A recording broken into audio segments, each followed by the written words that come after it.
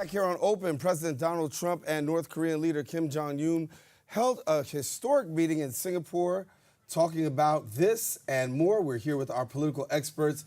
Lee Bines, we welcome back our brother JC Polanco. Good to have you back. Hey, thanks for having me back. Hey, listen, let's talk about this here. First of all, historic summit. What are we to make of this? I'll start with JC. We didn't see him in a long time. I know you got a lot to say, but tell us a little bit about this here. Your thoughts on this summit, and first of all, a summit that some people feel should never have happened. Well, look, the reality is that there's a lot of hypocrisy in politics, and it's one of those things that angers us moderates and guys that want to stand on principle. I know that we're more safe when we discuss instead of fight. I think it's when we speak and talk about our differences and come up with a solution. It's always better than tweeting about launching nuclear missiles at each other and whose button is bigger. So I think it's a good thing that we sat down and had a conversation. The problem is that I feel as if we're not principled in that when President Obama sat and created a deal with Iran to deal with that nuclear issue, my team went berserk and went crazy about the fact that President Obama had actually done that and actually met with conditions to make sure that Iran no longer possessed nuclear weapons. And I think that the Democrats were very happy. The Republicans were very upset. Now, it turns out that President Trump is meeting with North Korea, a brutal dictator.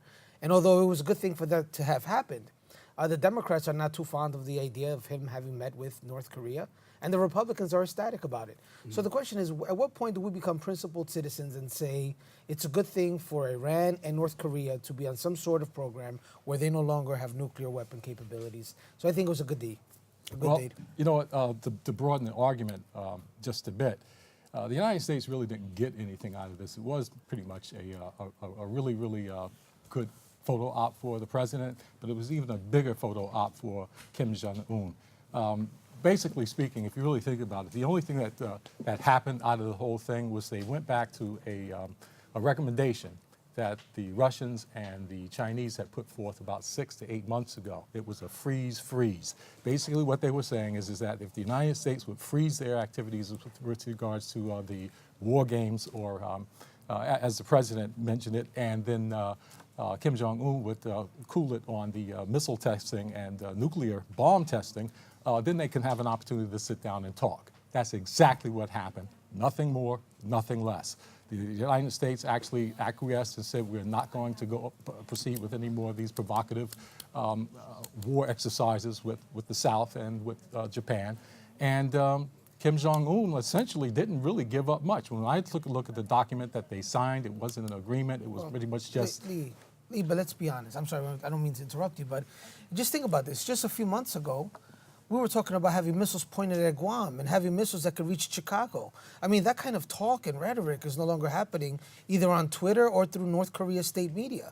I think it's a good thing when people in Chicago don't have to be in fear. People in Hawaii no longer have to worry about it. Guam doesn't have to worry about having missiles showered on them. I think that's a good thing. So all I'm saying is it's not perfect, but it's much better than where we were last year. I remember us getting into this before. I would agree with you, but again, it comes down to the fact that this was no more than a show, because for number one, Donald Trump did not necessarily, and his sanctions did not necessarily bring North Korea to the table to talk. North Korea came to the table to talk because they were prepared to talk. They had already reached all of their goals with regard to their nuclear weapons. They were well prepared to sit down and speak with the United States as equals. So I'm not saying that it was a bad idea for them to talk, but it wasn't Donald Trump's idea. It was, to be absolutely honest with you, it was Moon Jae-in, the president of South Korea, who brought these two entities Let me go from North Korea to Canada, cut in here for a minute. President reaching a lot of controversy with his comments that he made in regards to Trudeau.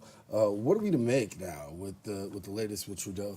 I have no idea what's going on anymore, to be honest. I haven't known actually since June 16th of 2015, when President Trump announced his campaign for president, you remember. I have no idea what to say. The Justin Trudeau in Canada are a friend of ours. You know, this idea that Canada is charging large tariffs to our dairy farmers, maybe one of the reasons why President Trump has taken upon himself to represent the interests of those that make up his bloc and support dairy farmers. But I highly doubt that's what's going on. I don't think that what he's doing with Canada and our allies makes any sense, especially to free market Republicans. It's counterintuitive. So I really can't even explain what's happening here. How you can blast Trudeau but say how talented Kim Jong-un is. I mean, he has to stop doing this because it's sending the wrong message. Well, I would have to say that I do know what's going on. Prior to the president leaving to go on his trip to Singapore, he was pretty much a shill for Russia. He was actually inviting Russia back to the G7 as the G8. The reason why the Russians were kicked out of the G8 was because of what he did in Crimea back in 2014. Russia has been in the background doing everything that they can to undermine U.S. Policies, both domestically and internationally. He's been interfering with the U.S. election in 2016. There's every reason to believe that he's going to be doing the same thing in the future. What Russia or Vladimir Putin's mission is to disrupt the United States base of allies, and that's what Donald Trump is actually doing. That would He's be going real after. sinister. Could you just wait a moment? But we could have a conversation. It's not a monologue. We could both have a conversation. Well, Lee. I'm just saying that would be really nefarious. You may be right, but to think that look, I'm not a fan of this guy. But to think that he's out there plotting to end our Western alliances with Putin, I think it may be a little too far of a stretch. Don't you think? I mean, No, not you at all. think this Not is at all. actually I don't happening? think. That's pretty interesting. I'm watching the fact that no matter what Vladimir Putin has done to date so far, the president has yet to say one negative thing about him whatsoever. I'm not defending He is Putin. going I'm just- after. it's weird. He's going after NATO. He's trying to break up the NATO alliance. He's trying to break up the alliance between the G7. He's trying to break up the European Union.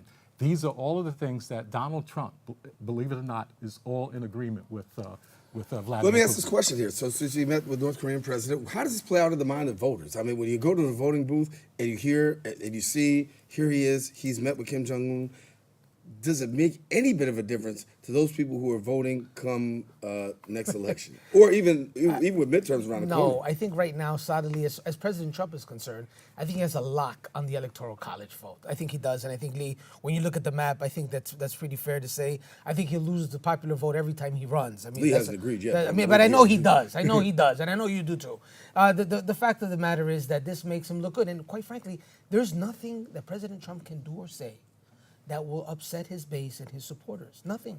There's absolutely nothing. I mean, they'll defend him to the death, and no matter what happens from now on, I think that you're going to have people supporting him no matter what. And this photo op and him bringing world peace is what it looks like, makes him look that much better to his base. Well, as far as him bringing world peace, that in and of itself is a stretch. But I will agree with you with regards to his base.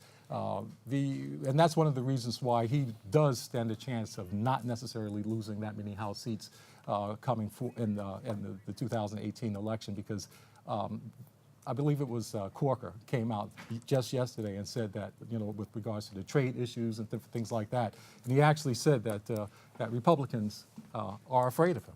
Because Donald Trump, believe it or not, he may only have between 39 and 42%, broadly speaking, but amongst the Republican base, he's carrying about 86 to 91% of those folks. And those are the guys that vote. Republicans do not want to get on the bad side of him, especially what happened to Mark Sanford last night.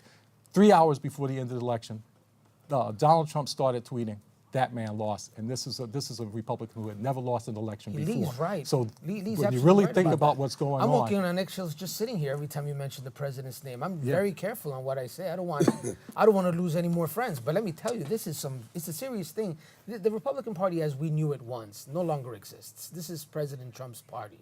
And you have a few guys like me trying to bring back that old Republican Party. We may be delusional, but it's becoming abundantly clear from yesterday's election results with Mark Sanford that this is President Trump's party.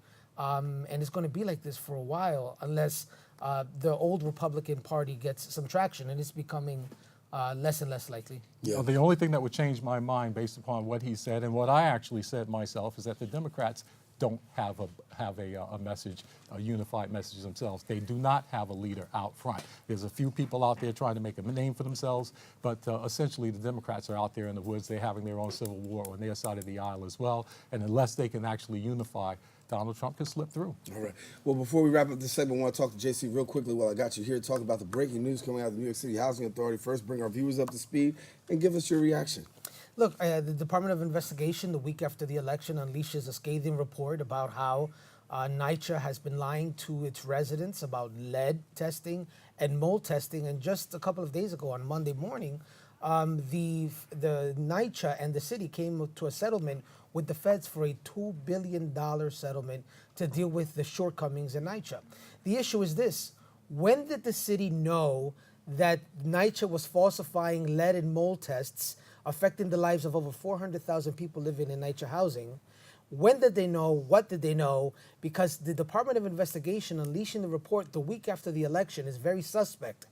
I strongly believe, and many others do, that the mayor and the city were well aware of the corruption that was happening in NYCHA before the election, and they kept it under wraps until after the election as to not upset the election results. I mean, for DOI, the Department of Investigation, to come up with a report immediately after the election tells me that they knew the results of that investigation and they knew the results of that corruption before election day. So they played politics with the lives of people that live in NYCHA housing, and that's a real shame. So now what is the mayor saying? He says this is a good time for us to reevaluate things. It's almost as if the guy who was caught cheating on his spouse says now it may be a good time to go to counseling.